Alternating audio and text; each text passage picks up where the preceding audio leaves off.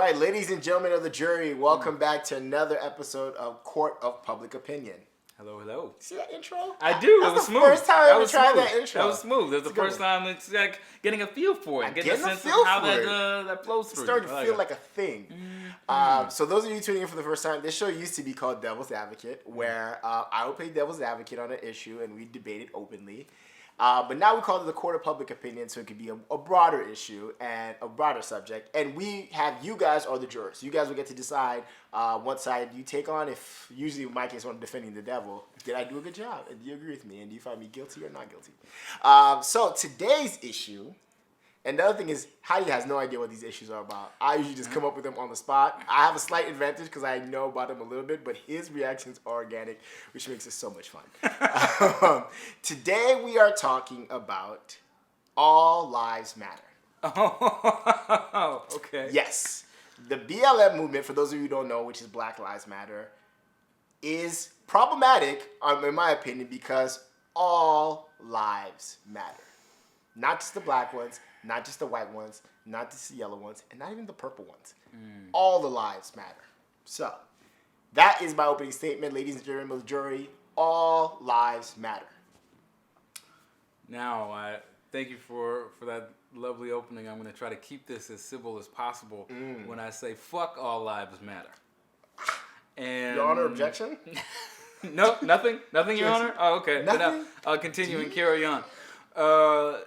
The whole idea and concept of all lives matter sprang out of a knee-jerk reaction to a genuine and necessary call for Black Lives Matter. And it is simply it is like white tears consolidated and ingested and then verbalized in such a form that it is only meant to distract and take away from the real issue at hand, which is that there is a historic and catastrophic level of white supremacy that has been killing black people in this country since before its inception, and there has never been a reckoning for it on any national prominent scale whatsoever. Well, as far as I can remember, slavery is over. Yeah, that was ended. All right, there's something called the Emancipation Proclamation, sir, that ended slavery and abolished it. I'm sure there's one of those amendments. I don't know which one from the top of my head, but I'll probably tag it here. But there was an amendment, Your Honor, and the jury that ended slavery. So right. That is just live and let live, man. All right, that is a history that's in the past. America has made leaps and bounds in front. All right, leaps and bounds from those times. This is a new era. All right, and when people say Black Lives Matter, what it seems to insinuate is that only Black Lives Matter, or that we didn't think Black Lives Matter. That's why we say all lives matter. Black people are part of the all. Right. I think you guys make up the A or the L in all lives. I don't know. You're not sure. Yeah, all lives matter. I'm going to tell you this. Instead of running down a list of reasons I could to...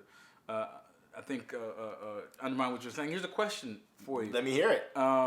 If within the umbrella of what we're saying is all lives matter, yes, Black lives are included in that. Correct. So then, wouldn't that automatically make you a supporter of Black Lives Matter?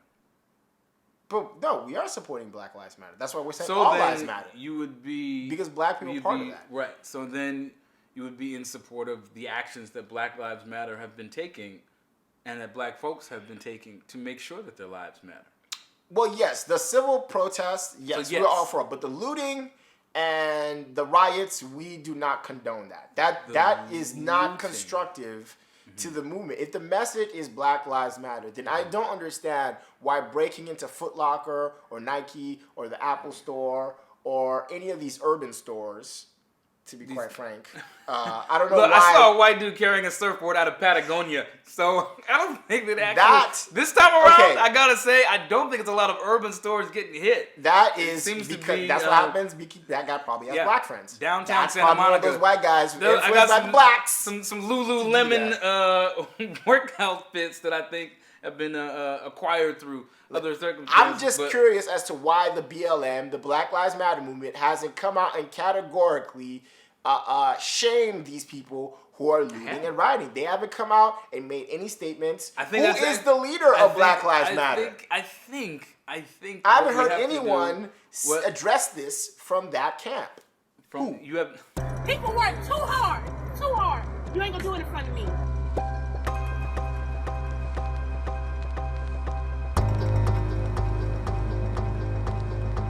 This is not a black woman who's put in Black Lives Matter. I just want you to know that right, but y'all doing that for us and we ain't asked you to do that.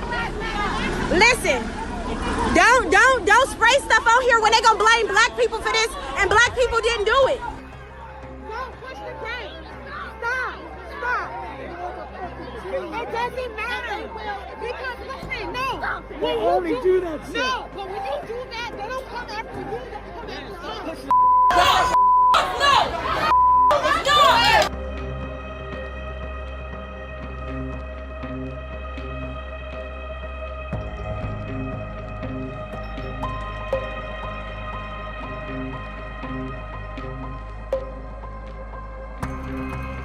Well, perhaps it has to do with what your sources of information are, because if what you had,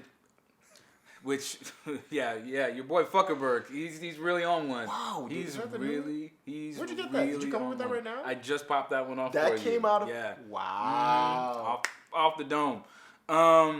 He's far gone too.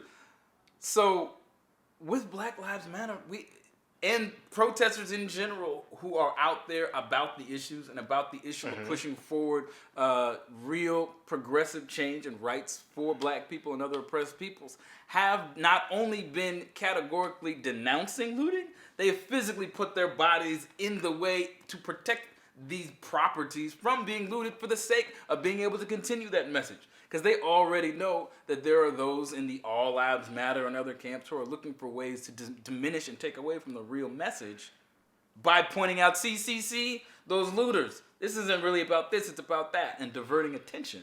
Right. When the real issue and the heart of the issue is, and has been, the fact that there is not equal treatment under the law in this country, period. Look, I don't know if the statistics support what he's saying. Which part? Your Honor, about that, the last thing you just said. About equal treatment under the law? Equal treatment under law. I don't know if there's any kind of information. That's one area where we actually have an abundance of statistics. What? When we look at the rates of incarceration between black people and white people compared to the rates of actual drug use of white people and black people, which are comparable, we'll say, and compared with those who are actually detained and held within the criminal justice system because of these same offenses, we are far, far, far more likely to do so. But not to mention, we mention, were to go back to, let's say, of course, the 1994 crime bill, which we're familiar with, it introduced things like 3 strikes, not to mention the disproportionate rates in which we're going to sentence crack cocaine versus cocaine powder, which we know that cocaine powder is used it's a much more expensive drug than crack. So naturally, it's also a healthier drug, so I can see why they would. Crack cocaine is dangerous. Cocaine is a hell of a drug, and it's a safer drug. All right, if you're gonna do one of them, what would you rather do, crack or cocaine? Well, if you're gonna do any of them for your sake, I would recommend not doing cocaine, because you know what? It's not the option. We're doing some kind of drug. You're going to get sentenced. You're going to get sentenced much, much more severely, up to 2 and 3 times longer jail sentence than you would otherwise. Right, but hold up. There are more white people in jail, and more white people get killed by cops than any other race in America. Actually, that's an important. I'm glad you say that. Numbers. I'm glad you math say that. and science. So smash. Here's an important thing to remember. What's that? Here's 2 things to what you just said, Let's which I think are valuable. One, white people do get killed by the police. They do. They do. Is that a good thing? No. That's why we're saying all lives matter. So okay. Let's march. Here's where I'm following that train of thought. It's not good that white people get killed by the police. What's happening to prevent that from continuing to occur? White people getting killed by the police? What actions have white people? Some reform. Obviously, we're trying to, hold those police officers accountable. And yeah, for sure. Sounds very thorough and comprehensive. Yes. So my point in that being, if you had a real movement to stand on, you actually, what is that? If you were genuinely interested in trying to save some future white person from potentially being killed by the police, you would be very much invested in real police reform. This is what folks often misconstrue by saying that if we support something that black people support, we don't recognize that actually this will help life for everybody. Look, Everyone will actually be able to exist in a better world if we are able to institute some of these reforms, defund police in a way that's meaningful so that those monies can go to programs that can assist people in ways that actually change their lives. So that sounds like that's something that would benefit everybody, so that would benefit us all. So why don't we just say all lives matter? Why don't we all just fly under the same banner and make it one concerted effort instead of splintering off into several factions? We should. Because, so why not? So you guys do Black Lives Matter this week. Can we do White Lives Matter next month? When's it our turn to say White Lives Matter? And then what about, is it appropriate to say Yellow Lives Matter? We just say Asian Lives Matter and then Brown Lives Matter. Nobody else. Asians get a color. Nobody else tried to do that though. No one else wanted to. But that's what I'm saying. Because they recognize that that's not what this. I haven't seen BLM getting all outraged. Did you see the video of the cop shooting that dude? The young I've kid. seen many videos of cops shooting white dudes. Dude, just cop shot him. I don't remember any outcry for that. I don't remember his name. I'll put his name and link to that video. It is horrifying to see. Certainly. And again, Black Lives Matter, believe it or not, have actually protested and marched on behalf of white people who have been killed by the police. Like when? It has actually genuinely happened. I'm going to call on your researchers to put it here because it is a factual thing that exists. Editor Lou, when you're editing this, put in whatever he's saying because I don't know, Your Honor. Ladies and gentlemen of the jury, I don't know about that. But let me say another issue I have with Black Lives Matter versus All Lives Matter. I feel like Black Lives Matter is not inclusive. Being that if you try to support Black Lives Matter, all of a sudden, you're being told to check your privilege and you can't really speak on this. And if you want to be an ally, these are the terms and conditions. This is how you have to be in support of this. Now, if it was All Lives Matter, it could be a more concerted effort for us all to say, okay, we can do this. But if I come to help, for example, people like using this analogy of if your house catches on fire and then the fire department shows up and starts putting out all the houses, wetting all the houses with water instead of starting with the house on fire, then does that make sense? That's an argument against All Lives Matter versus Black Lives Matter. Sure. But taking that same argument, if I show up and your house is on fire and I'm the fire department, like, you know what? Let's start with this house. You can't tell me how to water down your house and put out the fire. Don't try to tell me, hey, man, if you're gonna put out this fire, you can stand over here and you can only spray water like this. I'm here to help. I'm here to put out that fire. Don't tell me how to do my job. All right, just let me help you the way I know how to help. So all lives matter. So just all fires taking that analogy a step forward. Don't matter, but we're gonna put them out. Taking a step forward. Let's hear it. That would be like you, the person with the burning house, who in this scenario is actually the arsonist. You're the one who has carefully laid and detailed the elements necessary for this house to then become the tinderbox that it is, with flames reaching to the sky. And then, after being the one to actually orchestrate this disaster, then having the audacity to say that I will be the one to dictate how this fire should be put out. Your Honor, my analogy. I will direct this stream of water to objection. Aid this situation. That's not what. No. Hold on. I will be the one. Let's be clear. We got to be clear on what this. If we're going to use the same metaphor or analogy, then we have to be clear on what we're trying to say. The Black Lives Matter movement represents, let's just say, for the sake of the urgency of it, it represents in a neighborhood, in a community that is all one. It represents one of those houses is on fire. Okay? One of those houses is on fire. We won't make the fire department everybody else because we'll make the fire department the government. As the fire department is on its way to put out that fire, I, as a neighbor, I'm coming over to help because all houses matter. And your house is one of those houses, and since yours is on fire, I'm coming to help. Now, when I come to help, you should not be telling me how to help. You should just allow me to help. But because it's a Black Lives Matter thing, I can't help the way I want to help. Let's I gotta figure out these whole guidelines. Okay, no. Let's these say rules, your idea and I have to apologize for my of whiteness. helping is to poke holes in all the hoses. Maybe that's your idea of what's going to help this situation. Because if you poke holes in the hoses, then water can spray in other directions. Sounds like a great plan. Right. Like a sprinkler system of justice. A sprinkler system of justice. Yeah. Spraying indiscriminately, yet actually drawing power away from the actual hose and its ability to do its job and function. I mean, you could just bring the sprinkler system of justice closer to the closer to the blaze, and then it would do its job effectively. All right? However, or turn up the water the thing source, that falls apart for me is that within this whole construct, we have folks who know exactly how houses not only catch on fire, how they burn, what causes them to continue to burn.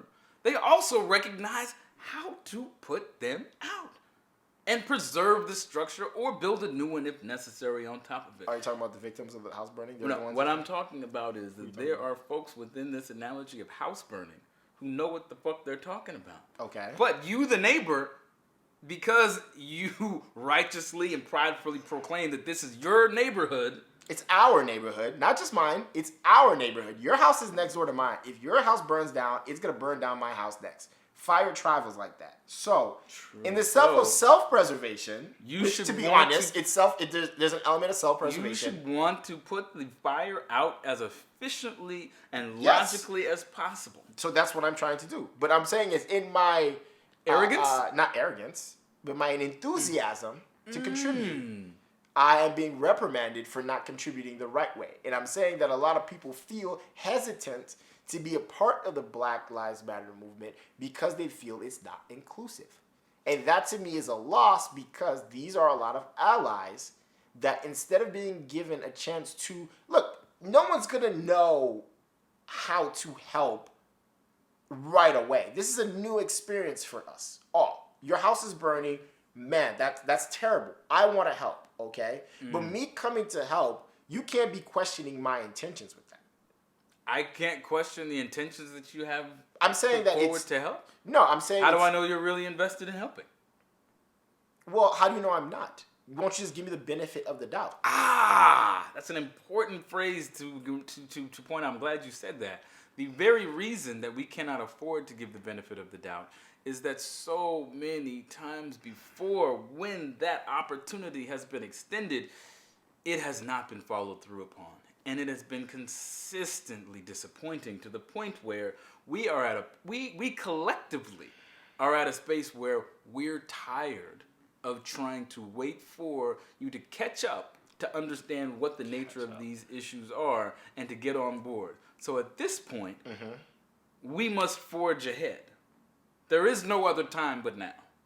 Hold that thought. Okay. And so when we have given the benefit of the doubt in past to be it a specific white politician or just white folks in general, they have been, not all, and I'm not going to generalize. Please don't. I'm not going to do that because there are incredible white allies who have put forward real energy, time, and made sacrifices for the cause. And again, this is not just a black-white thing. When I said all, I also mean there are good Asian allies and Latino allies and, Native American allies. Who, if they have any sense of their cultural place within certainly this country, would not ally themselves with an All Lives Matter.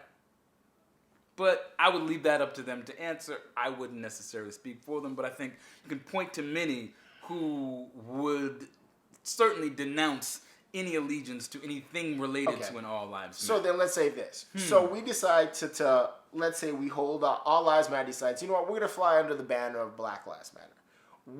Who's next? Who's next? Who's next to matter? Who is being marginalized and disenfranchised that we need to take care. Let's say we put all our energy to black people and we get it done. And it's like, great. Black lives is being taken care of and it's forward momentum in that direction. Who's next? How do we determine who is next?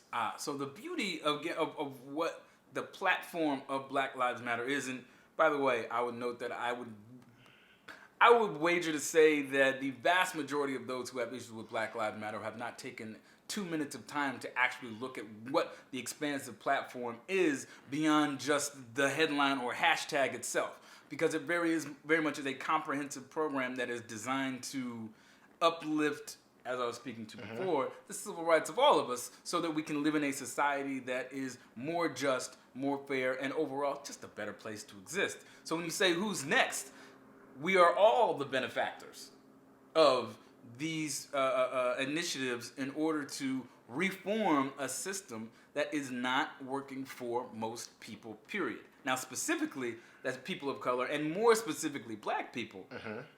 But there's a whole collection of folks that would benefit from it. Shoot, most importantly, white poor people who don't have the benefits of being able to access attorneys that can go toe-to-toe with, that can match up in legal situations and provide them with a defense that can give them any hope of trying to live a life when they are ensnared by this system, this predatory system. So certainly they would, when we talk about who's next, they would probably be next. Who? The poor whites would be very much in line to benefit from some of the programs and ideas that Black Lives Matter is trying to put forward, which of course is some of the most ironic aspects about this. I've never heard of these poor whites you speak of. These poor... I don't know them. They're... Never heard of them, who never are these seen mythical them. poor whites running around? You can't just make up stuff like poor white people. Come on, stop it. We all know that's not true. All right, well, it's time for closing statements. So, do you want to give your closing statement first, or do you want me to give my closing statement first? Why don't you go with yours first? I don't want to. I hesitate to give mine first because usually it's so well thought out. It crushes your spirit. Look. And you're not able to. I'm gonna tell you this: my spirit remains undefeated. We'll say that. I have the force of the people with me. You do. You have force of all the people.